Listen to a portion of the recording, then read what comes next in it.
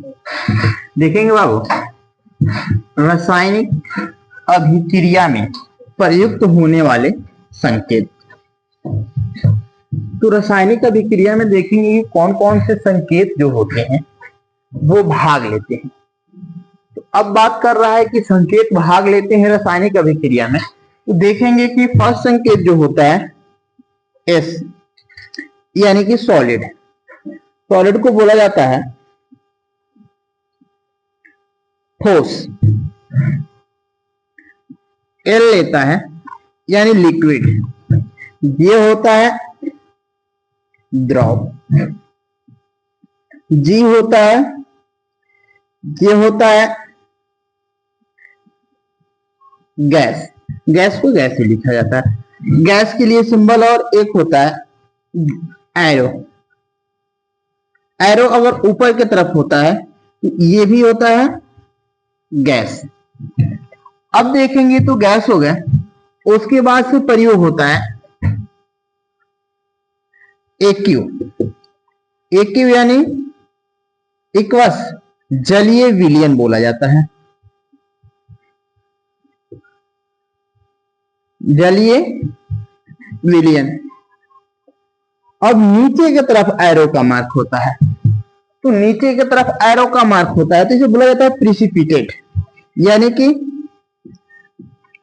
अवक्षेपण। उसके बाद से यहां होता है कंक, पूरा लिखते हैं कॉन्सेंट्रेशन, इसे बोला जाता है यानी सांद्र। सांद्र। इतने मार्कों का प्रयोग किया जाता है अभिक्रिया में।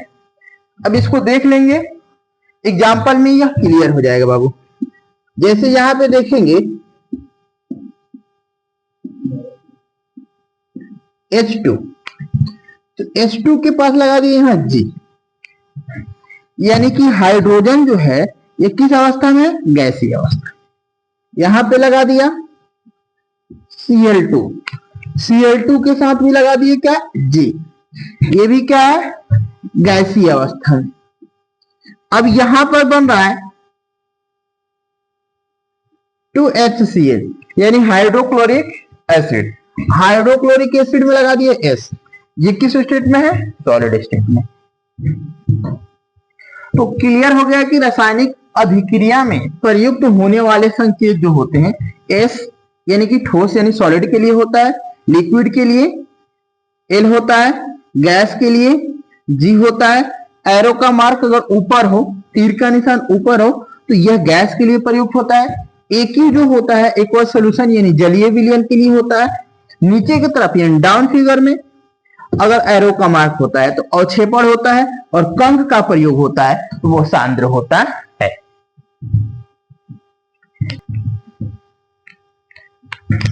रासायनिक अभिक्रिया का प्रकार, यानी कि देखेंगे बाबू रासायनिक अभिक्रिया का प्रकार। रासायनिक अभिक्रिया जो होता है वह कितने प्रकार का होता है। तो अब देखेंगे फर्स्ट जो होता है वह होता है संयोजन अभिक्रिया, जिसे बोला जाता है इंग्लिश में कॉम्बिनेशन रिएक्शन। दूसरा होता है वियोजन अभिक्रिया, या उसी को कहा जाता है अपघटन अभिक्रिया, डिकम्पोजिशन रिएक्शन। तीसरा होता है विस्थापन अभिक्रिया, यानी कि डिस्प्लेसमेंट रिएक्शन। चौथा होता है उपचयन अभिक्रिया, ऑक्सीडेशन रिएक्शन। पांचवा होता है अपचयन अभिक्रिया, रिडक्शन रिएक्शन। छठा होता है रिडॉक्स, इंग्लिश में भी बोला जाता है रिडॉक्स रिएक्शन। ये अभिक्रिया जो होता है मुख्यतः 6 प्रकार के होते हैं। इसमें से आप देखेंगे कि कुछ ऐसे अभिक्रिया होते हैं जिनके पार्ट्स भी होते हैं। विस्थापन अभिक्रिया का भाग भी होता है, संयोजन का भी भाग होता है। जो अब क्रम वाइज इसको जब हम बताएंगे तो उसमें हम आपको सभी पार्ट्सों को बताते चलेंगे। तो अब देखेंगे हम संयोजन अभिक्रिया।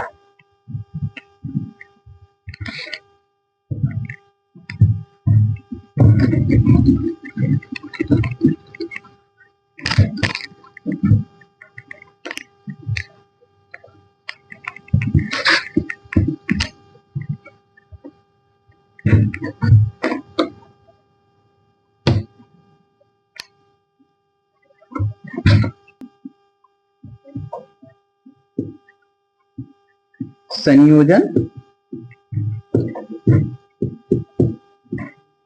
अभिक्रिया।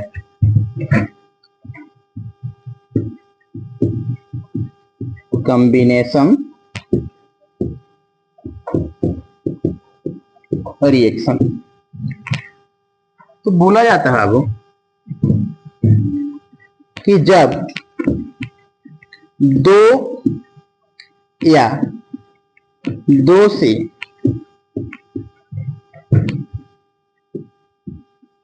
अधिक, जब दो या दो से अधिक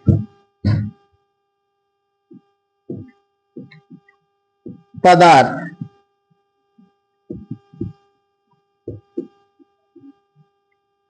संयोग करके एक नए पदार्थ का निर्माण करते हैं, एक नए पदार्थ का निर्माण करते हैं, उसे संयोजन अभिक्रिया कहते हैं।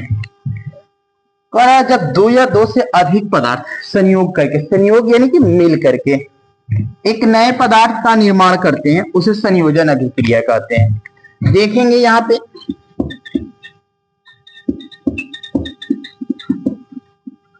H2 प्लस Cl2, जहां क्या है, एक भाग जो है हाइड्रोजन है और दूसरा भाग क्या है, क्लोरीन है। ये दोनों जब आपस में मिलेंगे या संयोग करेंगे, तो संयोग करने के बाद एक पदार्थ का निर्माण कर रहे हैं, किसका, HCl का। एक नया पदार्थ बन रहा है HCl यानी कि हाइड्रोक्लोरिक एसिड। दूसरा देख लेंगे बाबू, Na plus Cl2, Na plus Cl2।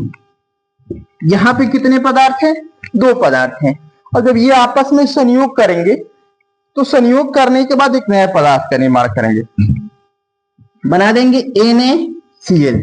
Cl का संख्या कितना है बाबू, 2। यहां पर क्या रखेंगे, 2, तो Na भी कितना हो गया, 2। यहां भी क्या रख देंगे, 2, ताकि ये बैलेंस हो जाए।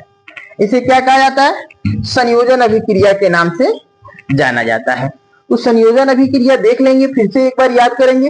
कहेंगे जब दो या दो से अधिक पदार्थ, दो पदार्थ है और आपस में क्या कर रहे हैं, संयोग कर रहे हैं। संयोग यानी कि मिल रहे हैं, और मिलने के बाद नए पदार्थ का निर्माण कर रहे हैं, और जो नया पदार्थ बन रहा है उसे क्या कहा जाता है, संयोजन अभिक्रिया के नाम से जाना जाता है।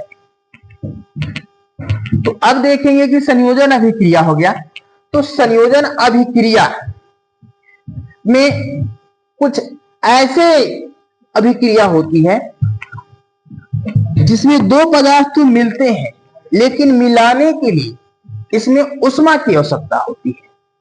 मिलाने के लिए उष्मा की आवश्यकता होती है, और जब मिलाने के लिए उष्मा की आवश्यकता होती है तो इसे उष्मा क्षेपी रासायनिक अभिक्रिया के नाम से जाना जाता है। इसे उष्मा क्षेपी रासायनिक अभिक्रिया के नाम से जाना जाता है। देखेंगे बाबू, नोट नंबर 1, वैसी अभिक्रिया जिसमें उत्पाद के साथ साथ उष्मा भी उत्पन्न होती है, उसे उष्माक्षेपी रासायनिक अभिक्रिया कहते हैं। अब देखेंगे कि यहाँ पे ये भी अभिकारक है, ये भी अभिकारक है। दो अभिकारक आपस में मिल रहे हैं, लेकिन आपस में मिलने के बाद ये क्या बना रहे हैं, कार्बन डाइऑक्साइड। और कार्बन डाइऑक्साइड किस अवस्था में होता है, गैसीय अवस्था में, लेकिन क्या उत्पन्न कर रहे हैं, उष्मा भी उत्पन्न कर रहे हैं। इसलिए इसे क्या कहा जाता है, उष्माक्षेपी रासायनिक अभिक्रिया कहा जाता है। यहाँ पे देखेंगे मेथेन जो है उसको ऑक्सीजन की उपस्थिति में जला रहे हैं, दहन कर रहे हैं। तो यह क्या दे रहा है, कार्बन डाइऑक्साइड और जल दे रहा है। तो कार्बन डाइऑक्साइड तो हमको पता है गैसीय अवस्था में होता है, जल क्या है, लिक्विड अवस्था में। ये भी क्या कर रहा है, ऊष्मा उत्पन्न कर रहा है, जिसे क्या कहा जाता है, ऊष्माक्षेपी रासायनिक अभिक्रिया कहते हैं। पता हो गया। कहेंगे कि अगर बात करेगा संयोजन अभिक्रिया का, तो कहेंगे कि वैसी रासायनिक अभिक्रिया जिसमें दो या दो से अधिक अभिकारक आपस में मिले या पदार्थ आपस में मिले और मिलने के बाद एक उत्पाद का निर्माण करता है, संयोजन होता है। लेकिन एक उत्पाद के साथ अगर वह ऊष्मा भी उत्पन्न करता है तो वह क्या हो जाएगा, ऊष्माक्षेपी रासायनिक अभिक्रिया।